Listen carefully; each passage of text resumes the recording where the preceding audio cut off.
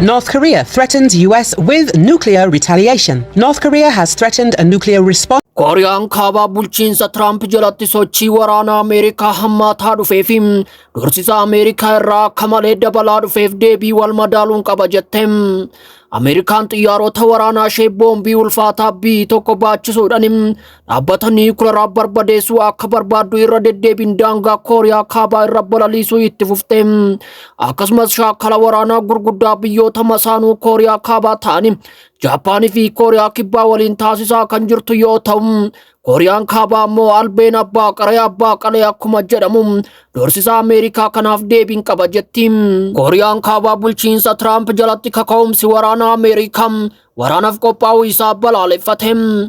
Doorsisa qolachuu fi nageenya isaa karaa hundaan akka eegus dhaadateera. Ministeerri ittisaa biyyattii akka miidiyaa mootummaa KCNA sanbataarraa gabaasetti sochii waraana Ameerikaa waraana qabatamaa keessatti mala haleellaa niikuleeraa fayyadamuu irratti hundaa'u sochiin isaa saffisaa dhufeera jedhe.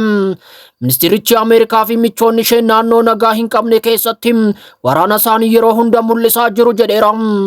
Shaakala waraanaa waloo kana irratti xiyyaarri Ameerikaa boombii ulfaataa tokko jedhamu kan samii irratti balali'uu danda'u hirmaachise odola Kooriyaa irratti balali'eera.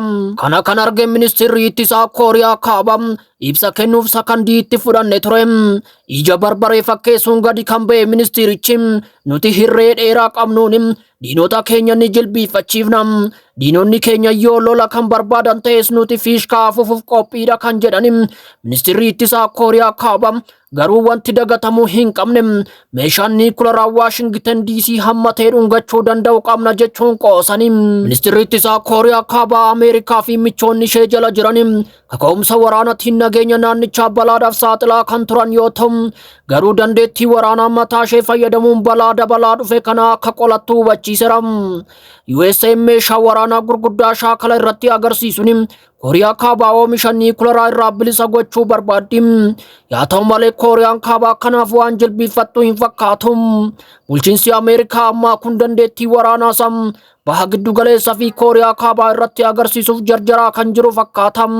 Haleellaan niikuleeraa biyyaa fi naannoo addunyaa kamiyyuu irratti raawwachuu akka danda'uuf humna olaantummaa guddaa qabu agarsiisaa jira. Kooriyaan kaabaa balaa tarsiimoo Ameerikaa fi diinota ishee biroo waliin gaggeessan mala tarsiimootiin ni mormiti jechuun waraana sadarkaa olaanaa fi kan karoorfame misoomsuu itti fufuu dhaadateera.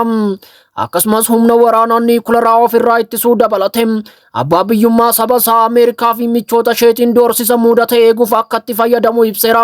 Humni niikuleeraa Kooriyaa kaabaa abbaa biyyummaa fi nageenya naannichaa eeguuf ittisa seera qabeessa ta'e saffisaan jabeessuun balaa waraana USA fi biyyoota saatalaayitii ishee dhiyeenya kana babal'achaa dhufe dandamachuuf ulaagaa qabatamaadha jedha ministeerri ittisaa Kooriyaa kaabaa. Akkasumas Kooriyaan kaabaa haala nageenyaa tasgabbaa hin taane peensullaa Kooriyaa irratti to'achuu fi bulchuuf sochii waraanaa ishee akka itti fuftu beeksiseera. Pyongyang yeroo dheeraaf shaakala waraana waloo USA fi michoota isheetiin gaggeeffamu shaakala weerara gara fuulduraatti Kooriyaa kaabaa irratti raawwatamu jechuun balaaleffatti.